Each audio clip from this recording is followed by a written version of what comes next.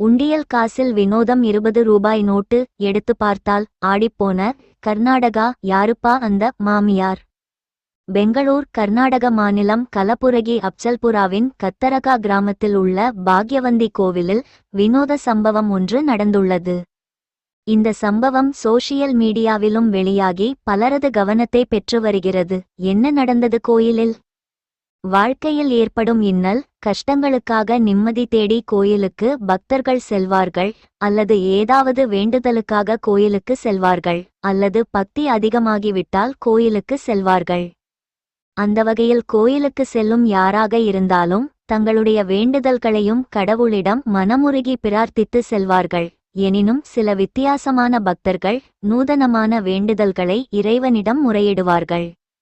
தருமபுரி கோயில் இப்படித்தான். சமீபத்தில் தருமபுரி குமாரசாமிப்பேட்டையில் உள்ள சிவசுப்பிரமணியர் கோயிலுக்குள் சென்ற பக்தர் ஒருவர் கோயில் உண்டியலில் காணிக்கையை செலுத்திவிட்டு தன்னுடைய பிரார்த்தனையையும் பதிவு செய்துவிட்டு போயிருக்கிறார். கோயில் நிர்வாகத்தினர் உண்டியலை எண்ணுவதற்காக கொட்டியபோது அதில் ஒரு வெள்ளை காகிதம் வந்து விழுந்தது.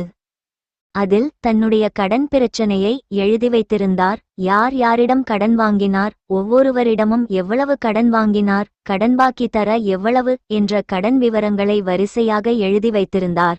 1,43,50,000 கடனை மற்றவர்களுக்கு தர வேண்டியிருக்கிறது. எப்படி கடன் அடைக்கப் போகிறேனோ தெரியல. ரூ.10 கோடியே 10 லட்சம் எனக்கு வெளியிலிருந்து வரவேண்டியிருக்கிறது. அந்த பணம் எனக்கு சீக்கிரமாக வந்து சேர வேண்டும் என்று எழுதியிருந்தார்.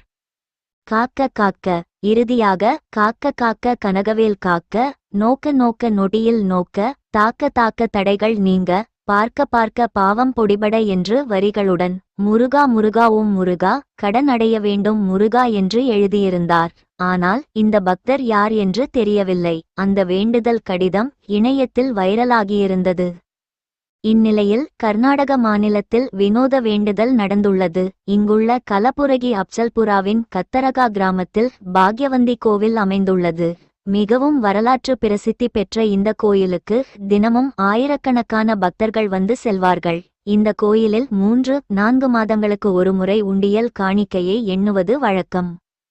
கோவில் ஊழியர்கள் அப்படித்தான் நேற்று உண்டியல் திறந்து எண்ணப்பட்டுள்ளது.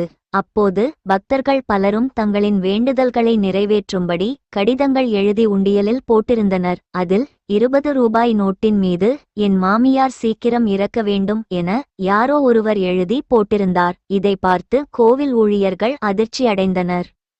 உடனடியாக அதிகாரிகள் கவனத்துக்கு இந்த 20 ரூபாய் நோட்டை கொண்டு சென்றனர்.